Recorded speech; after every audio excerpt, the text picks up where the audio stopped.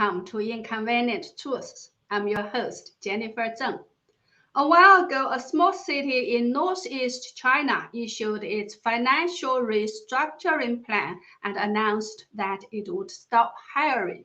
This city thus became the first city that virtually announced its bankruptcy in the CCP's regime's history.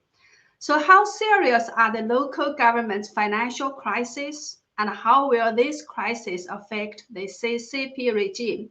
Today, let's discuss this.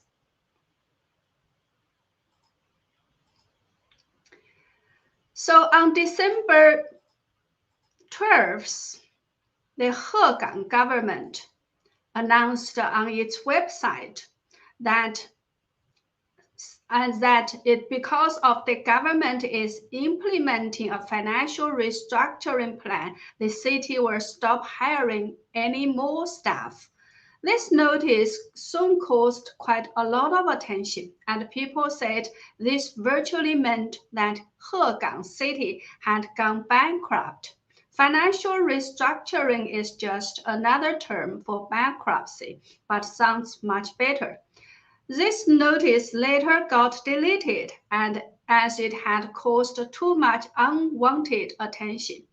As a matter of fact, Hegang has not been able to pay back its debt for 2 years, and its total debt by the end of 2020 was as much as 13.1 billion yuan, or about $2 billion US.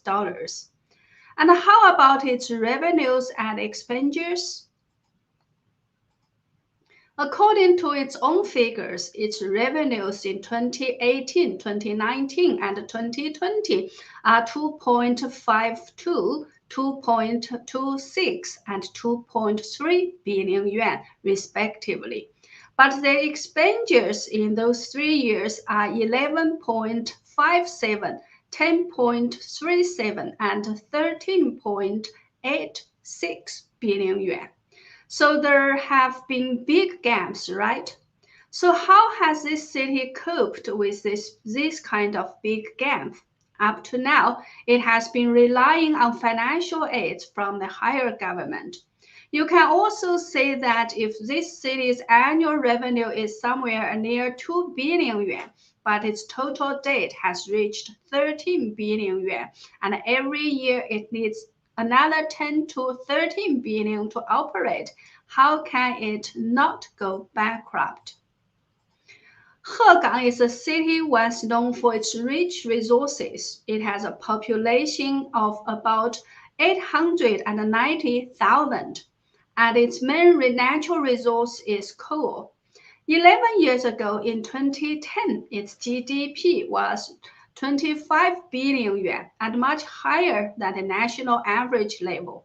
In 2013, Hegang's GDP reached a historic peak of 35.8 billion yuan, and its per capita GDP at that time was close to 30,000 yuan.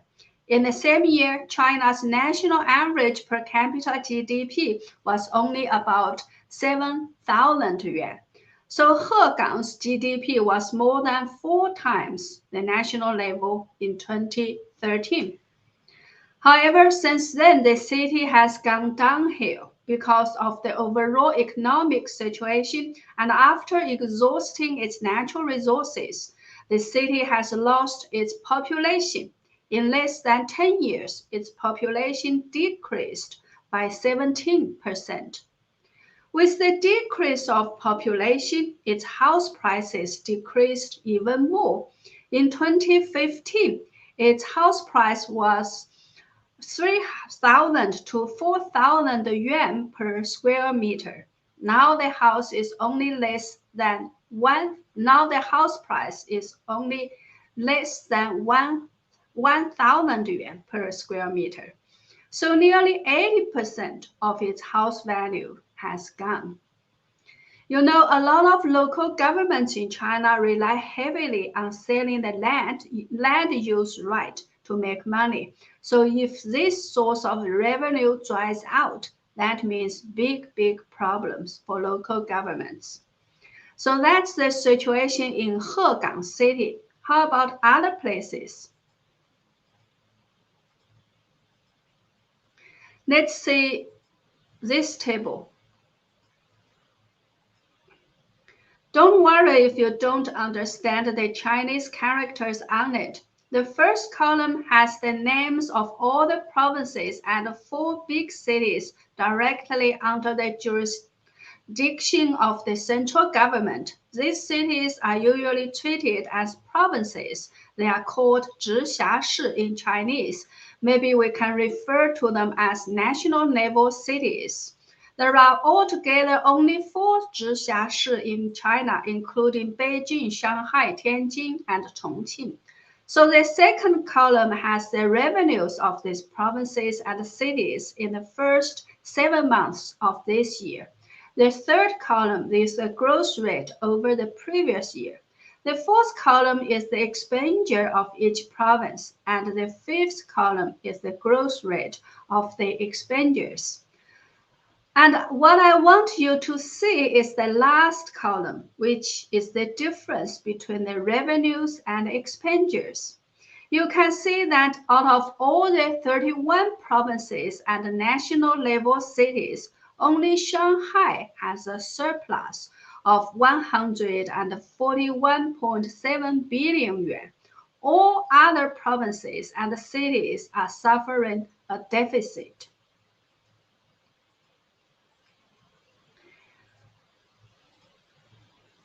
Now, look at this table. Again, don't worry if you don't understand Chinese. The first column is again the names of China's provinces and national level cities.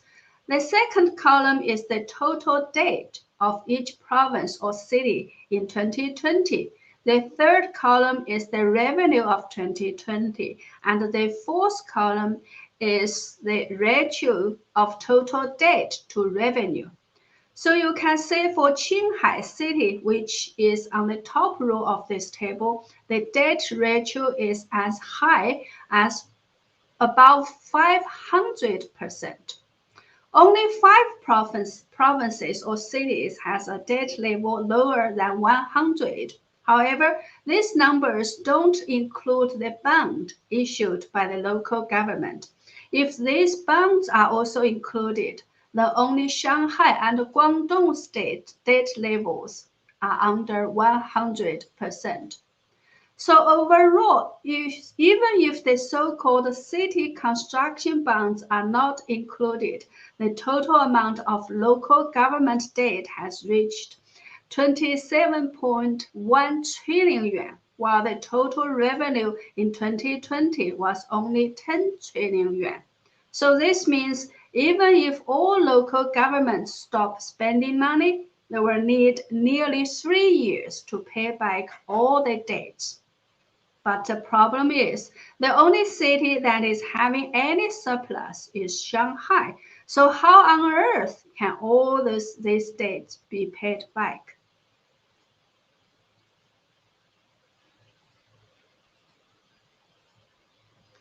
So in 2020, 45 of local government's revenue came from higher government, and the local government's dependence on central government is getting higher and higher and has reached an all-time high. The problem is, on December 16th, the CCP's Ministry of Finance already announced that it would not bail out the local government anymore. Xu Hongcai, Vice Minister of Finance, said that the central government would not take action to solve local government's debt problems. In the meantime, the CCP would promote the introduction of lifelong accountability, and it would backtrack officials' problems.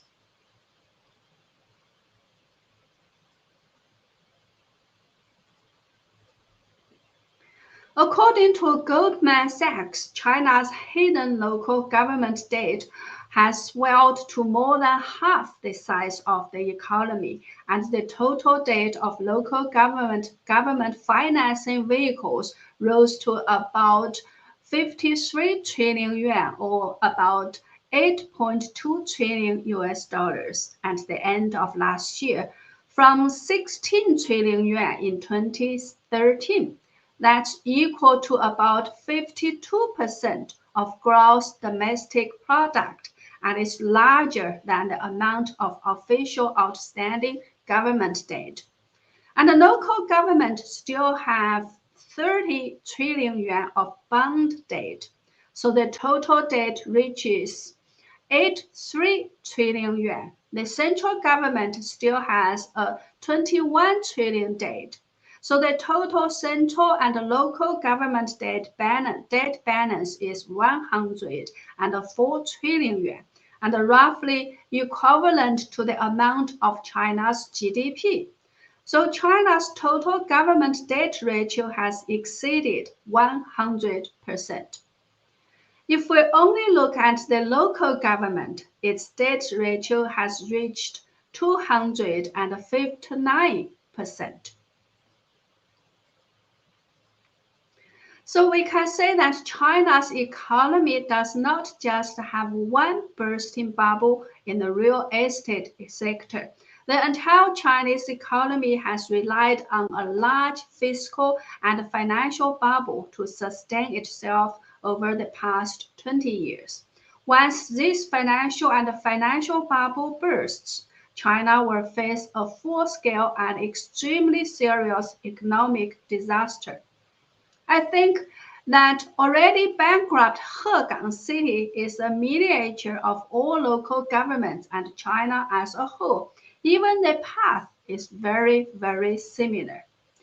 Also, when local governments issue bonds, who are the main buyers?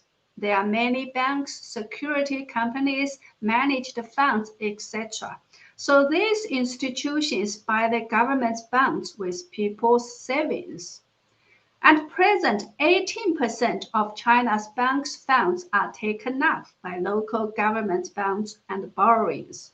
So the result is more and more of the bank's funds are taken away by local governments, while it is inevitably harder and harder for enterprises and companies to borrow. In the meantime, the CCP will have to expand its debt level again and again in order to keep the real economy running, which amounts to begging for inflation. That is the fundamental reason why China's economy is in a constant downward spiral. Chinese Premier Li Keqiang has recently been talking about the downward pressure on China's economy, but he doesn't dare to talk about the real reason for it, as he is the one who made the biggest contribution. The snowball of local government debt began to swell during Wen Jiabao's era, and by the end of Li Keqiang's decade in charge, the debt snowball had rolled to the point where it could no longer be pushed. Li Keqiang's term is about to expire, but he will have left a mess that nobody else can clean up. And this will be the inevitable end of the so-called China boom. Okay, that's all for today. Thank you so much for watching. Again, please subscribe to my new channel if you haven't. The link is in the description box. Please also spread my videos as widely as you can. Thank you. See you soon.